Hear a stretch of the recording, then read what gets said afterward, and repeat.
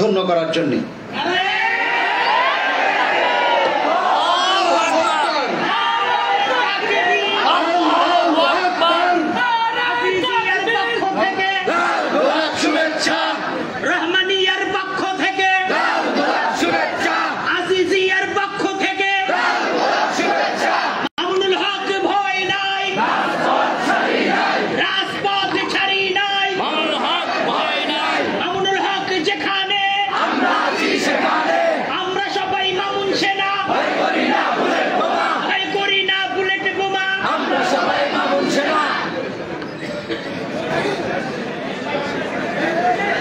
السلام عليكم ورحمة الله.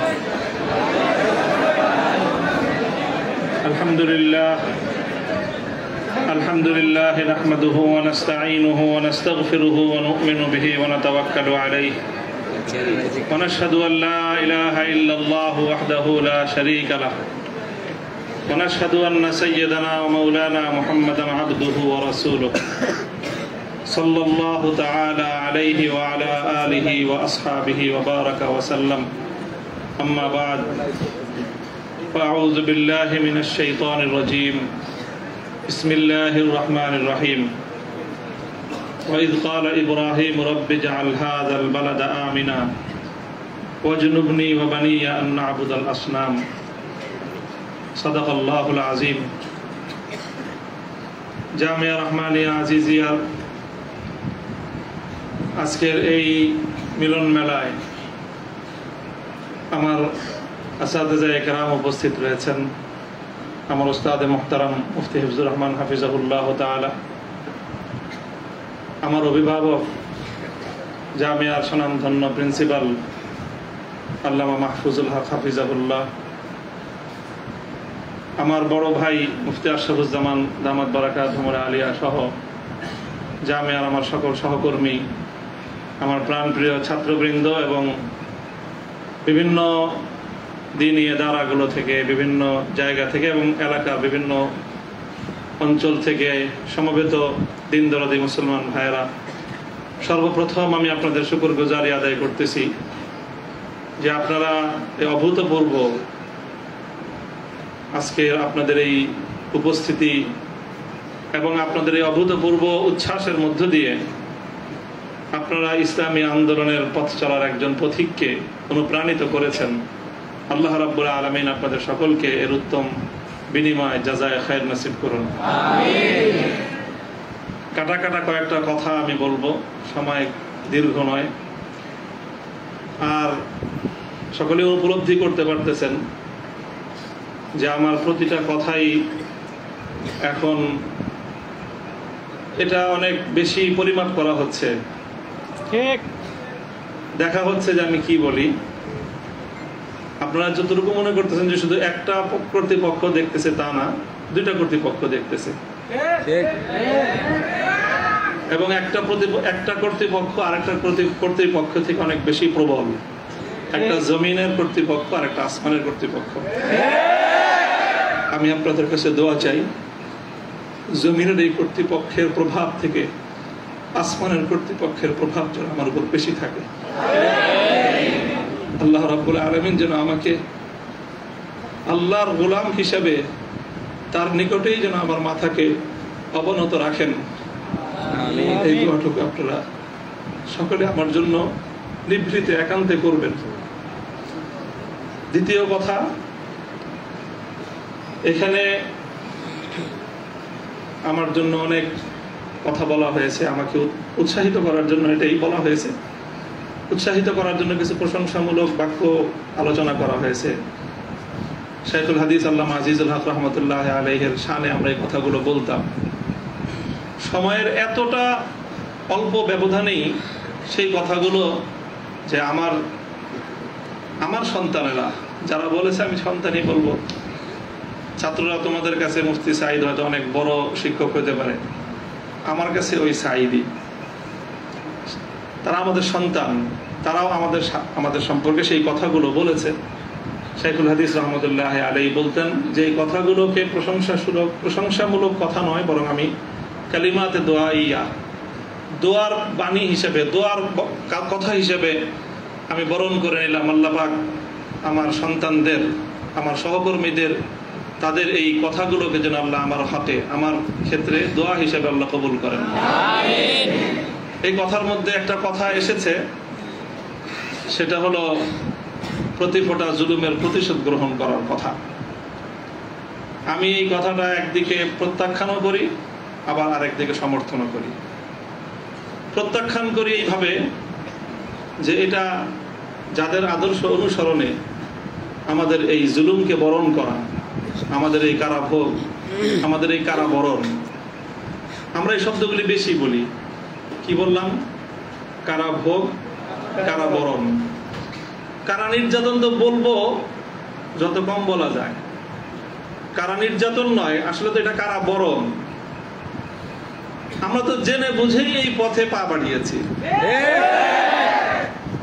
কেউ যদি মনে করে থাকে যে আমরা জানি না, তাহলে এটা তাদের মিস ইনফরমেশন। আমরা জানি আমাদের এই পথে চলতে গেলে এই পথটা কুসুমাস্তীর্ণ নয়। এ পথে লাল গালিচা থাকে, কখনো কখনো প্রতীকী অর্থে লাল গালিচা থাকে। তবে সেই লাল গালিচার লালিমাটা যতটা না গালিচার রং দিয়ে লাল হয়, তার চেয়ে বেশি লাল হয় ভাইয়ের শাহাদাতের রক্তের মাধ্যমে।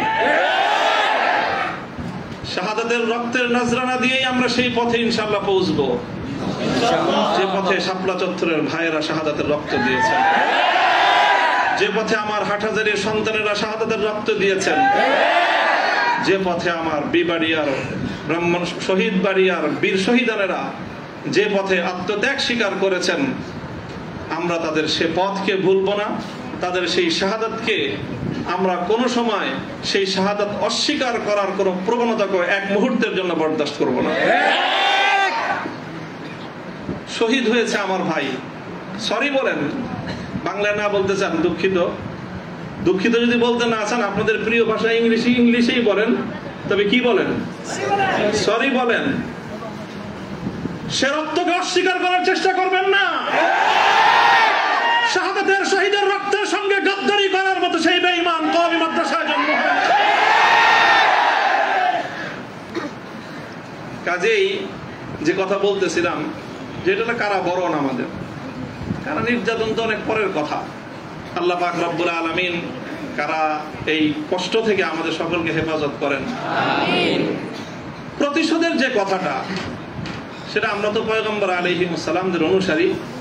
নবী ইউসুফ আলাইহিস সালামের সেই বাণী, লা তাসরিবা আলাইকুমুল ইয়াউম, গতকালকেও আমি বলেছি, আজও বলছি, আমরা কোনো প্রতিশোধ গ্রহণ করি নাই, করতে চাই না। করার প্রবণতা কখনো যদি আমাদের মন থেকে উদ্গত হয়, সেটা হলো ইন্নামা যালিকা মিন্নি ওয়া মিনাশ শাইতান। শয়তানের প্ররোচনায় কখনো হয়তো আমরা ব্যক্তিগত আক্রোশে প্রতিশোধের কথা বলে থাকতে পারি, কিন্তু আমরা প্রতিশোধ পরায়ণ নই, এটা মূল কথা। এই হিসাবে আমি প্রতিশোধের এই শব্দকে প্রত্যাখ্যান করলাম। তবে অন্য আরেক অর্থে আমি প্রতিশোধের শব্দকে সমর্থন করছি। শুধু সমর্থন নয়, বরং আমি আমার পুনর্ব্যক্ত করছি যে আমরা প্রতিশোধ নিব।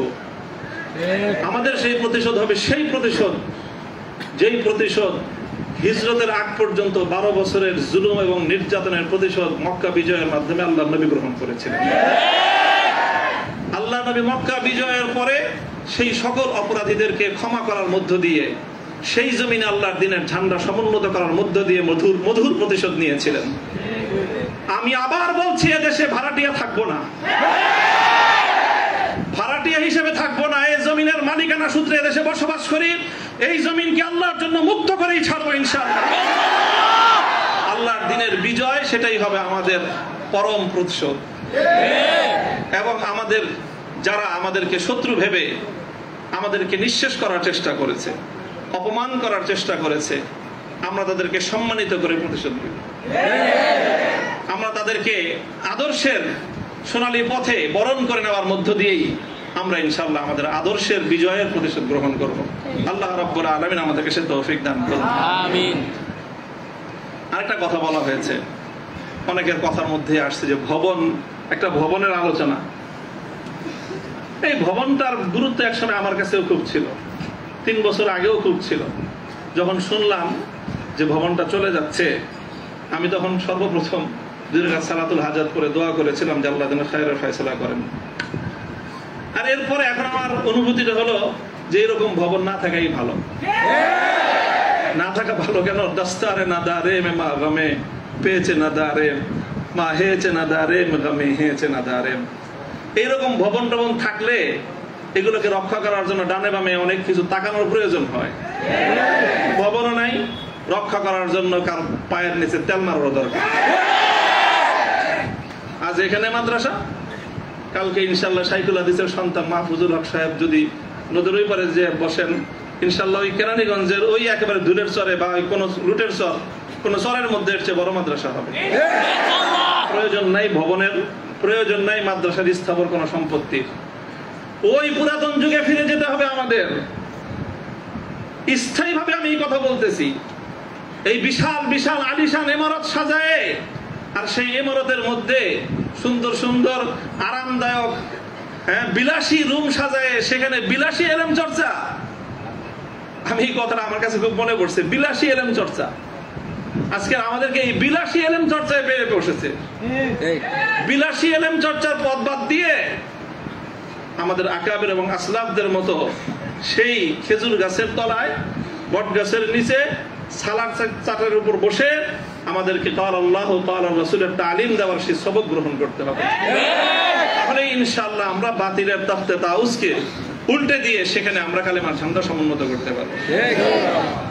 মোল্লা মুহাম্মদ ওমর রাহিমাহুল্লাহ তাআলা তিনি সারা পৃথিবীর সুপার পাওয়ারের সাথে টক্কর দিয়েছিলেন। আমাদের বাংলাদেশের মধ্যে কোনো গণভবন আর সংসদ ভবন, বঙ্গভবন কিছুই ছিল না।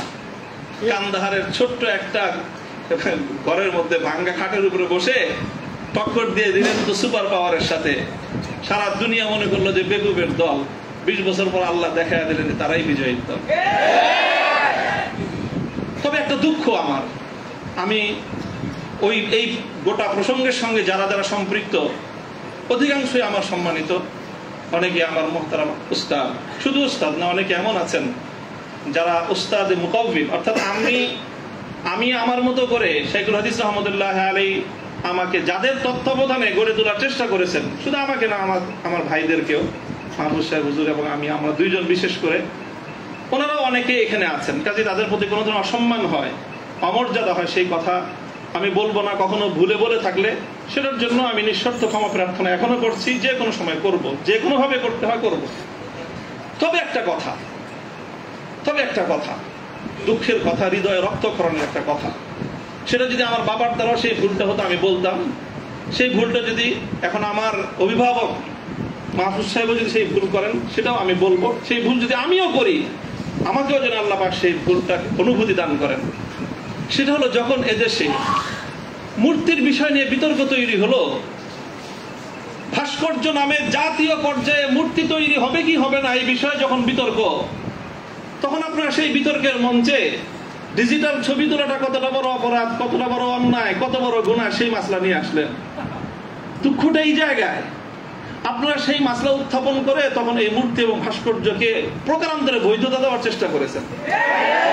আপনারা বোঝানোর চেষ্টা করেছেন যে আজকের একটা ছাত্র ফেসবুকে তার ছবি আপলোড করা যতটুকু বড় অপরাধ, বাংলাদেশের স্বাধীনতার স্থপতি মরহুম বঙ্গবন্ধু শেখ মুজিবুর রহমান সাহেবের 60 ফুট লম্বা ভাস্কর্য নামক মূর্তি স্থাপন করা সমান অপরাধ। এটা বোঝানোর চেষ্টা করেছেন আপনারা।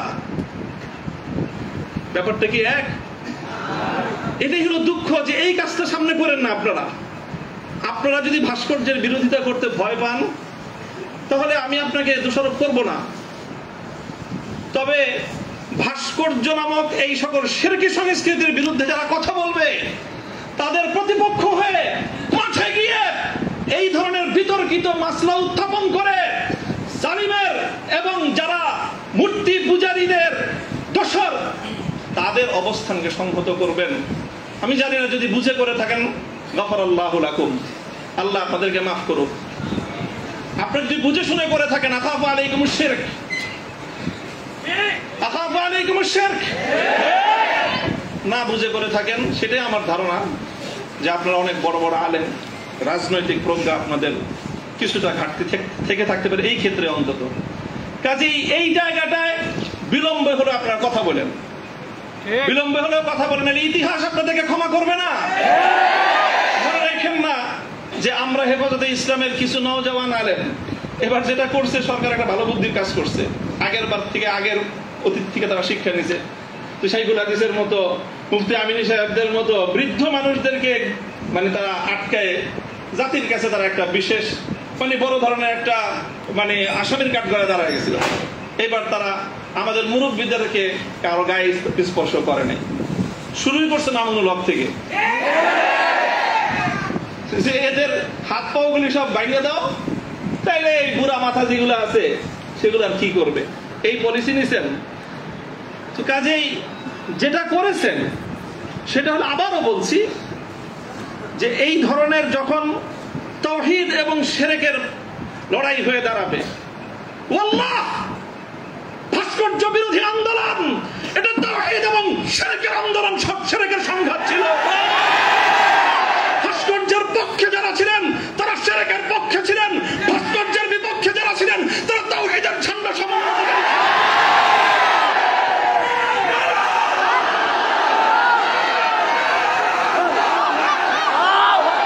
আপনারা শুনেন, আবারও বলছি, ভাস্কর্যের পক্ষ বিপক্ষের এই লড়াইকে একজন মরহুম মুসলিম নেতা, মরহুম বঙ্গবন্ধু শেখ মুজিবুর রহমান সাহেবের ব্যক্তিত্বকে মাঝখানে এনে বিষয়টাকে ভিন্ন রং দেওয়ার চেষ্টা করা হয়েছিল। আমরা তখনও বলেছি, আজও বলি, ভবিষ্যতেও বলবো, ভাস্কর্য এটা বঙ্গবন্ধু শেখ মুজিবুর রহমান সাহেবের, শহীদ প্রেসিডেন্ট জিয়াউর রহমান সাহেবের, সেটার আমরা কোনো পার্থক্য করি নাই। আমি একথাও বলেছি, ভাস্কর্য যদি স্বয়ং আমাদের মুসলিম জাতির পিতা খলিল ইব্রাহিম আলাইহিস সালামের হয়, তাহলে সেই ভাস্কর্যের সাথে কি আচরণ করতে হয় মুহাম্মদুর রাসূলুল্লাহ শিখিয়ে দিয়ে গেছেন। আল্লাহ রাসূল সাল্লাল্লাহু আলাইহি ওয়াসাল্লাম মক্কা বিজয়ের দিন বাইতুল্লাহ থেকে যেই মূর্তিগুলো বের করেছিলেন, যেই ভাস্কর্যগুলো বের করেছিলেন, তার মধ্যে তো একটা ছিল ইব্রাহিম আলাইহিস সালামের মূর্তি। কি বলেছিলেন? কাতালাহুমুল্লাহ, আল্লাহ পাক এই মক্কাবাসীদেরকে ধ্বংস করুক, তারা খলিল ইব্রাহিম আলাইহিস সালাতু ওয়াস সালামের মূর্তি তৈরি করেছে।